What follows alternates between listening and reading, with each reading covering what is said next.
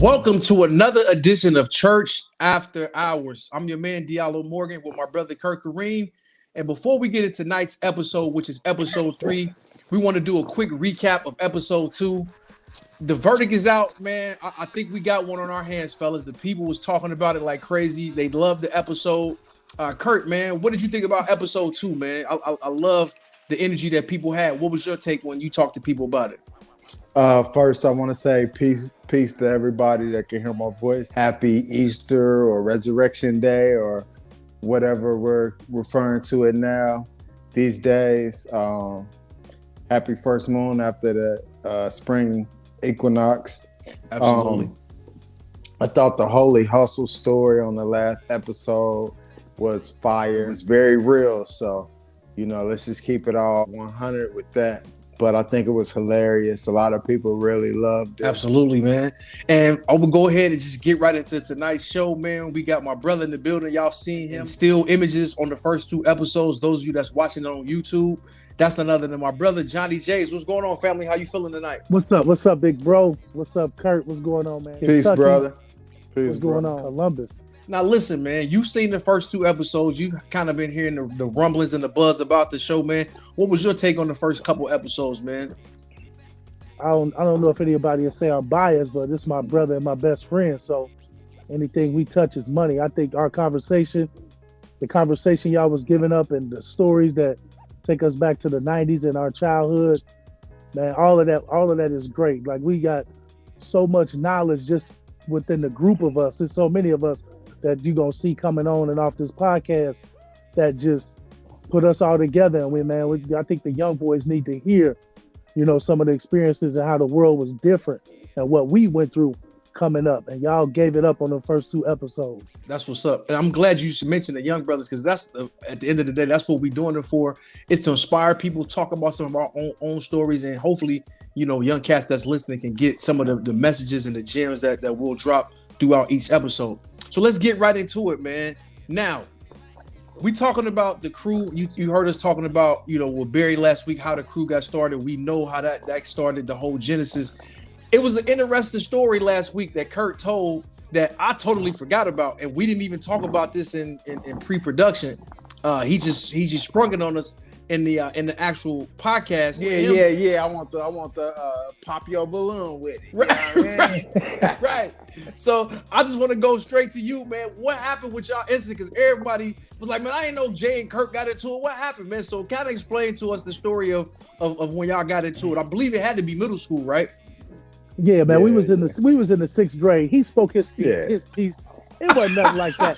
It was early 90s, so everything was Bell Biv DeVoe from Boys to Men, around that era, and we, everybody fresh. I thought we stayed fresh with the kicks or whatever it may have been.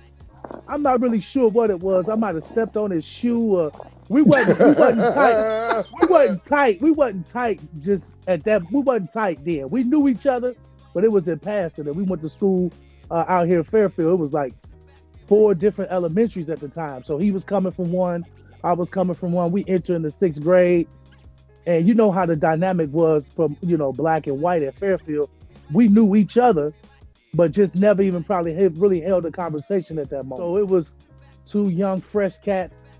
I might have stepped on his shoe or something. I don't know. It knocked his beeper off his boot. Something crazy like that, man. And dude raised up and pushed me. We was finna get it on in the hallway, and I think we all just walked it off. Like, Yeah, I definitely. He always remind me of that. Always remind me of that incident. I shouldn't have been so nice. You was a little skinny dude, then I would have went in your mouth. Right. And as I told that story, whenever you're dealing with history, you're dealing with somebody's truth, right? So, absolutely.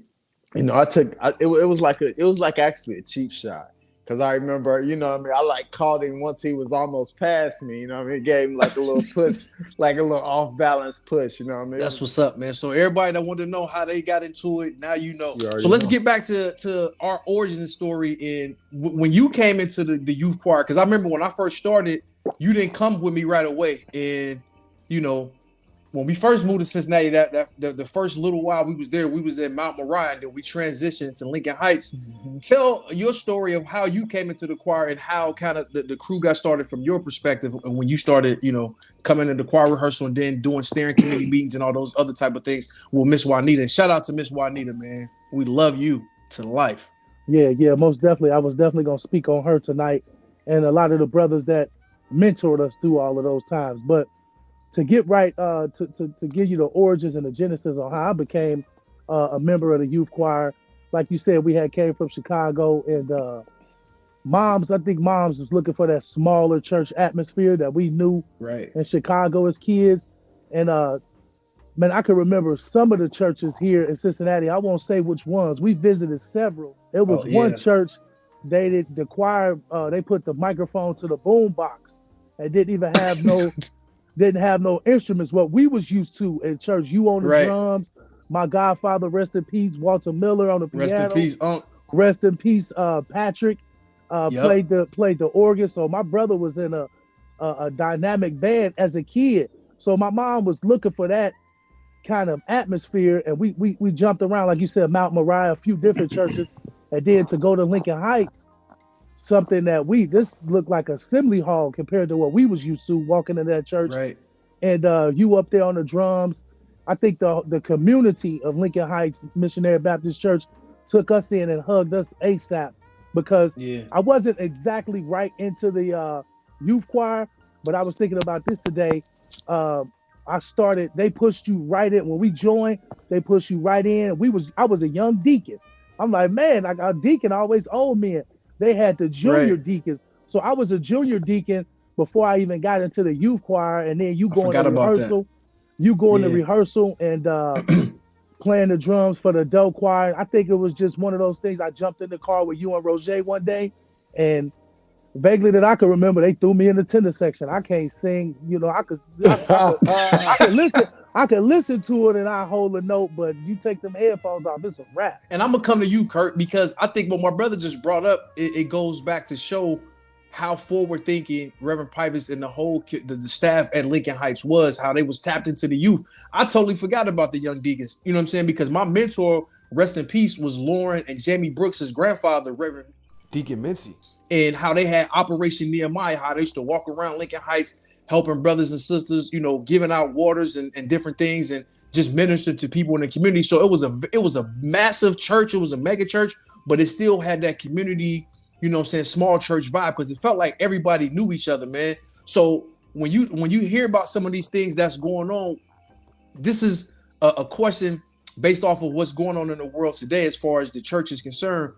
Why do you think we don't see that a lot of times now when you talk about the outreach in the community? And some churches do it. I'm not saying they don't, but when you look at what Lincoln Heights was doing in Mount Moriah and how they was impacting young people, why do you think that we're not seeing that now with a lot of churches, especially black churches, just being 100? I think it goes back to what I said on the first episode about how I was watching at the cars that was coming in, right? I think things have gotten more material. And even though I was adolescents, a lot of the older people nowadays are more into, showing, the things that they have accumulated. And that really means something in this society that today, whether we indulge in it or not, the majority of the people, this is something they do. And this is something I just learned of how your mom was wanting a smaller church. It's funny. My mom always, every time I would go and I'd talk about going, she said, Lincoln Heights Baptist Church ain't nothing but a fashion show. and I couldn't wait to get to the fashion show. I'm gonna be honest with you. Right. So I think things like that have run amok, for the most part. And I could be wrong. I'm sure there's other things, inflation, and even before inflation started, just people going through a rough time, and those grandmothers that took care of all the kids, not being the same, generational person now. These grandmothers are, still wanting to do their own thing. Absolutely. You know what I mean? Where when I grow up, you know, God bless Roseanne Buxton. You know, she took care of all us. We all had Easter outfits. So when they had the T-shirts that said "Come as You Are" that year, like I really went on with it. I want to put on, you know, so I want to put on a fresh Easter outfit because being from Indianapolis, you know, we was used to that. Yes, and before I shoot it to my brother, man, you are absolutely correct. We wasn't with the "Come as You Are" neither, because you know what I'm saying, coming from Chicago, Holy Trinity, we was suited and booted. As a matter of fact, I'm gonna make sure Kurt posts some pictures of me and my brother and my cousins back in the day, my little sister, that we was fresh every Easter. Like that's the tradition we come in. Like your people's from down south. My grandmother and grandfather was from down south, so that was that tradition that we was born in, man. So "Come as You Are." As we got older, it was cool because you could rock some J's to church. But off the bat, we like, nah, man, you gotta wear your Sunday's best to come to church. You know what I'm saying? Right. But go ahead, Jay. You was gonna say something? I mean, just to bounce back on what Kurt was saying, I shook my head. Absolutely right. I don't know what comedian it was. I think it might have been Bernie Mac said that. What, grandma 42 now? 35? You know what I'm saying? It's a different time. You see, Bernie Mac said that years ago, and that number just keep dropping lower and lower as we don't have that in our communities no more. Grandma cooking meals, we spending the night. You know, you don't see the couch in the living room with the plastic cover. All of that's over. And she would, and the whole time, Grandma was sacrificing. Absolutely, you know, Grandma could have been in Hawaii. The whole "Come as You Are" moment in Black culture and Black churches was crazy because, you know, people was looking at Reverend Pipers like, yo, man, you doing too much. You know what I'm saying? The elders didn't really like it. What do you mean? What do you mean by you doing too much? Well, I think the elders changes. Exactly. I think the elders was looking at it as you're doing too much because you're invoking too much change too fast, and then you're bringing in a faction, because we got to keep it 100. The Black church can be real hypocritical and judgmental. You're bringing in a faction of people that we really don't think need to be in here. You know what I'm saying? When I was always taught the church is like a hospital where people go and get their lives restored and get renewed and get refreshed. You know what I mean? So it was a lot of friction and a lot of tension at that time. But, you know, as you go to church now, you see I never knew that. Absolutely. As you go to church now, you see that's a staple. People, you know, come as they are. You know what I'm saying? And some people say that scriptures misquoted, but that's a whole another topic for another day. But I'm gonna go back to you, Jay.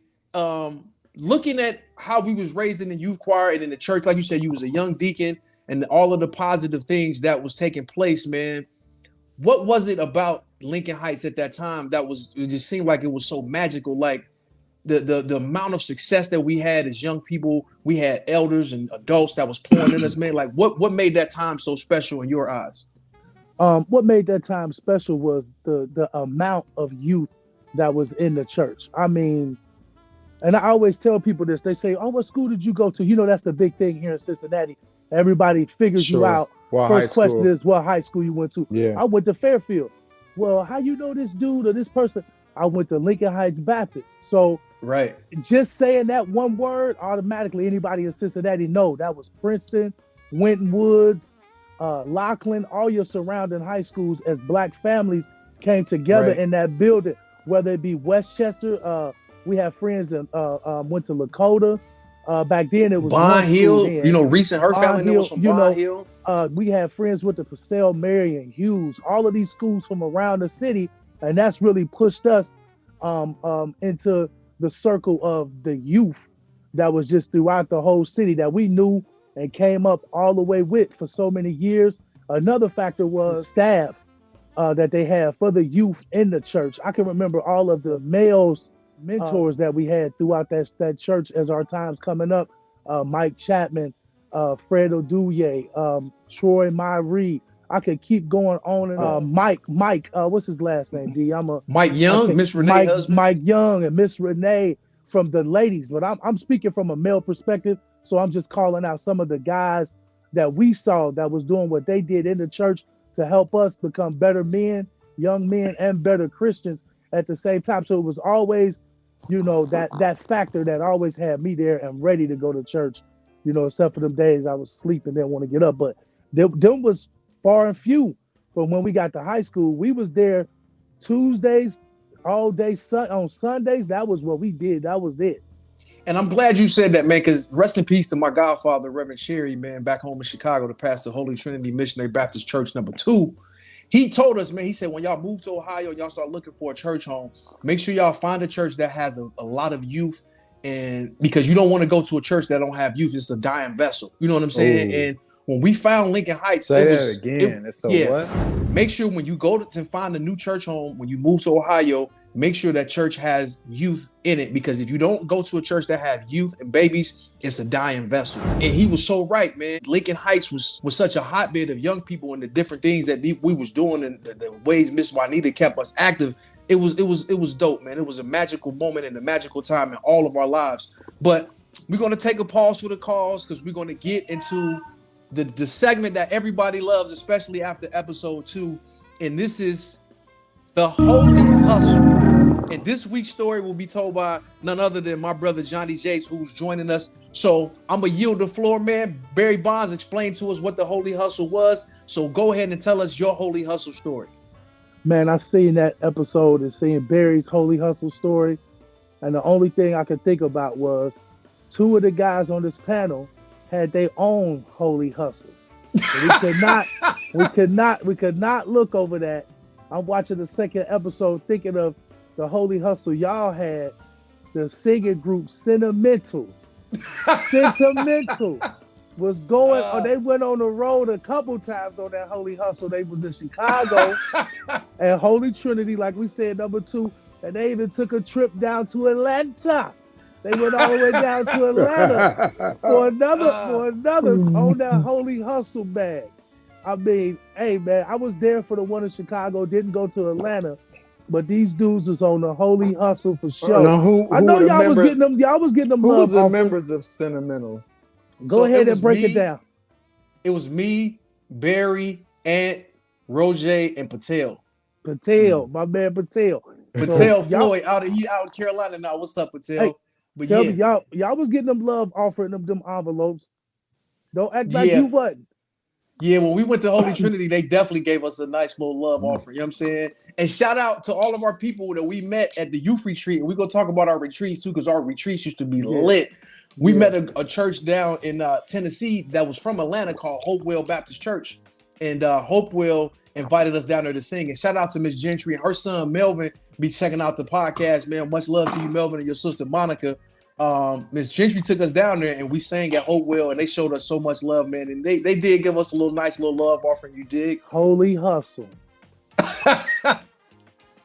But listen, man, so that is your Holy Hustle story for this week, man. Even though we wasn't really hustling, we was some young boys trying to, do our singing thing. And, shout out to the churches that brought us in. Shout out to the late, great Dr. Charles Fold, too. We went to one of their concerts and he just called us up and we started singing. So we got a little name around the city, man. Sentimental was doing their thing, man. If I could take it a little further before you keep going, go ahead. That Holy Hustle turned into secular hustle at one point. I don't know if you want to tell the story of what happened. Go ahead. We down the rabbit hole. Go ahead, man. Lakota High School, Lakota High School talent show. Well, y'all wasn't singing. Y'all wasn't Holy Hustling that night. No, we wasn't. We need to get Barry to look up all this footage because I think some people will begin to think we making some of this stuff up. No. Barry kept the video camera. We got so much of this stuff on videotape. We're gonna have to really put in the work to find it, man. I'm not gonna go all the way. Nobody thinks we're making these things up. Everybody, it's so real. This is what we came up doing. So let me just go ahead and tell this story since he brought it up. I'm just gonna throw me and my crew all under the bus. I wasn't gonna do it. I would. It's the talent show. And shout out to Miss Turner. My brother Dorian, that was his favorite teacher. I was so mad with Miss Turner because she got me suspended. I love Miss Turner too. Yeah, we all love Miss. So she was like our Miss Trinidad in Fairfield. You know what I'm saying? Like everybody had a crush on Miss Trinidad. So to make a long story short, we wanted to be in this talent show at Lakota, which was one of our rivals in all the sports. It was in our conference, right? So we couldn't make the audition. So I told Miss Turner, I said, this is a tape of me and my homeboy singing in church. And then she heard it. She's like, oh, you boys sound good. You definitely can be in the talent show. She called him. So Miss Turner thought when we go to this talent show, we gonna be singing some gospel. But we wasn't. You know what I'm saying? We sing it like we sing. Everybody sang like a verse of their favorite song. I sung some Kales. Barry sung some Jodeci. And then I forgot what Ant and Patel sang because Roger was in college, so he wasn't with us. Ant sung Usher. I remember that. He sung Usher. Right, exactly. And then we came on the stage and we sang together. Oh man. And the group we was going up against was our brother. I just talked to him today. He ready to come on the podcast too. Micah Coakley. It was him, Mike Chapman's nephew, Keith, Jew Bean, and our brother that made it to the top like 15 on American Idol. Shout out to Kenny Mathis. Keith couldn't sing a lick. He took over their whole group. His brother too. He took over their whole group. They sang Blackstreet. Kenny's brother as well. Don't forget Charles. Was Charles with them too? Charles was up there. Charles was okay, up there. I forget. But anyway, I just know Keith took over their whole group. He couldn't sing. They singing Before I Let Go by Blackstreet. So we going up against each other. Neither one of us won. I forgot who won. So when I get back to school, Dr. Cook, God rest his dead, that was my favorite, teacher and principal at Fairfield. Whoa. They stopped the show. Yeah. Yes, they did. You skipped that. We don't know who won. He tried to go from I don't know who to run to school. Nah, they stopped the show. No, you're right. I remember. I'm gonna tell you the song we said. Y'all about to die. Oh, Your Love is a 187 by the Whitehead Brothers. 187. Your love. Hey, I'm gonna kick this camera over, man. They came and stopped the show. But the song that Keith was saying, Before I Let Go by Blackstreet. Before I Let Go. Oh, okay. Remember, he was saying, lately I've been thinking. He was sounding when he was singing, man. Yeah. Shout out to Keith, man. And his boo, that boy loved LaToya Harvey, but that's a whole nother conversation. We get back to school and Dr. Cook say, man, you ain't never got in trouble before, but they told me you was singing some secular lyrics, and Miss Turner was upset. She thought you was gonna get up there and sing some gospel when y'all singing secular music. So Dr. Cook had to give me a 3-day in-school suspension, man. So that's the story. Yeah, my brother threw us under the bus, so I had to go ahead and tell y'all the whole thing. Let's transition to the last segment, man. Where we are now in life, because I asked Barry the same question last week, and I'm gonna ask you the same question. How was some of those things that you learned back in youth choir, back in the young deacons and the youth ministry? How have some of those things been present in helping you as a young man and as a father of 4 beautiful daughters? I think a lot of those things helped me in many ways. Some days I find myself kind of grabbing some of the younger youth, around the neck and just really explaining some things to them, some things that I learned at a lot earlier age that I see that they don't even have maybe in their 20s or 30s. Whether it be a guy, I think most everybody that knows me, I've been an employee part-time at Foot Locker since 2012. So I've worked with plenty of high school kids, just my love for sneakers and things like that, and also keep extra money in my pocket. But just some of the young kids, high school kids that work there part-time with me, some of them in their 20s, whether they be almost 30s. I'm 42, I'll be 43 this month. So I just giving that knowledge and just explaining just small things to them, just ways to still be a gentleman, ways to show respect, not just for others, but for yourself. The different conversations, how I think we learned at an early age how we have, us as Black men, have to be chameleons. With us going to Fairfield and around the areas that we live in, you have to be able to explain things and break things down. Just being around young ladies, period, with that experience in the youth choir has helped me tons for years.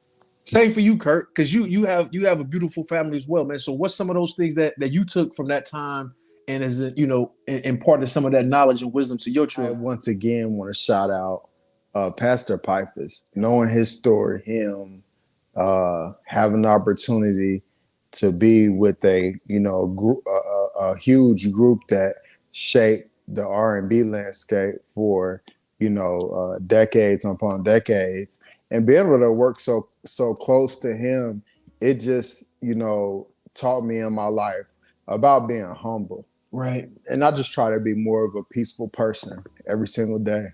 You know what I mean? The church folk would call it being more like Jesus, but in reality, it's just being more of a peaceful person, protecting your energy, because there's being things that are put into algorithms and the normalization of headlines being, manipulated to rile up things to go viral, right? And just, keeping us as a people in an uproar all the time. So that's the main thing I took from not just Pastor Pipers, but his beautiful sister, Miss Juanita, and seeing all the great things that our fellow youth choir members are doing now. I mean, it's a lot of people doing amazing things. Absolutely. You know what I mean? Like that was a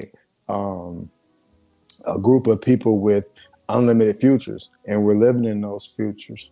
Absolutely, absolutely. Well, we've reached the end, man, and we gotta have a crew fun story for Johnny J's, man. So, any party at the house, any A-Set-D party, what was one of the fun moments that you can remember that you can share with the people today that's viewing YouTube or listening on podcast outlets? I think you spoke on some of our retreats that we went on. Once again, Miss Juanita and the whole staff of the youth ministry at Lincoln Heights through the 90s with us. My head is racing because Kurt hit it right on the head. Just so many successful young kids, young Black kids that we grew up with, just to see everybody on Facebook and social media doing well, beautiful families. But just our retreats, and for that way we took that weekend and just really just learned ourselves. Everybody had to be the freshest. All the guys had to be fresh. The girl and they new gym shoes. The girls looking nice. I mean, everybody had new outfits and everything for a retreat. Hey, that makes me go back to something that I was gonna say about the youth choir impact. You know, we all came up. None of us were rich, right, or wealthy by any stretch of the imagination. But we would get fresh on Fridays, right? Yeah. But the youth choir gave us opportunity to get fresh on Tuesday. Right. Tuesday. You know, right. You was breaking out your best Nautica, right? Your best Tommy, Polo, Fresh J's, Air Max, whatever it may be. You was making sure your stuff was right. Going to church on Tuesday night. Yeah. But back to what you're saying, Jay. My bad. You know, just the love and different things we did. Learned about one another at different retreats. I can remember Camp Joy stories. God bless the dead. My man Al Brown, Shane Boehner. Some of these guys that they was my peers, your age, but I was right there up under y'all. See, me and Kurt being 2 years younger than you, 2 years younger than you. Soaked up all that game. We soaked up everything that we got. We was middle school freshmen running up behind y'all, learning and seeing different things. So just some of the funny stories, but we get to going on to blasting. We used to call it blasting or capping back then. Going in and out on each other, having a ball on the bus on the way there. I can remember them balling playing basketball. The basketball game at Camp Joy. They had a basketball rim under a shelter. A shelter. So it was a concrete with so much dust and dirt on it, slipping and sliding. So it was like the Princeton boys against the Winton Woods boys, going back and forth. Everybody, the girls, everybody standing around. I didn't play. They over there getting sweaty, acting a fool, falling, dust kicking up everywhere. A lot toxic masculinity. Yeah, you said that. That's exactly what it was. As they call it today. The ladies. I joke about that, but I hate that term. You know what I mean? Exactly. There's a lot of bravado though. Yeah, but there were just great times, man. Just, youth retreats. I had to bring that into it. Most definitely. Absolutely. Well, hey, man, we go ahead and shut it down for the night, man. Thank y'all for checking out episode 3 of Church After Hours. Make sure y'all go like and subscribe on YouTube at CW Kareem Productions. Also go and like the page on Instagram, Church After Hours _podcast. And now we're on Facebook. We have a page on Facebook as well. Yes. Shout out to our manager. Shout out to our manager, EJ, for setting us up on Facebook. We're there as well. So make sure y'all go and check it and share it. And please subscribe, man. And we'll see y'all next week, man. Peace and blessings. Church After Hours. Peace.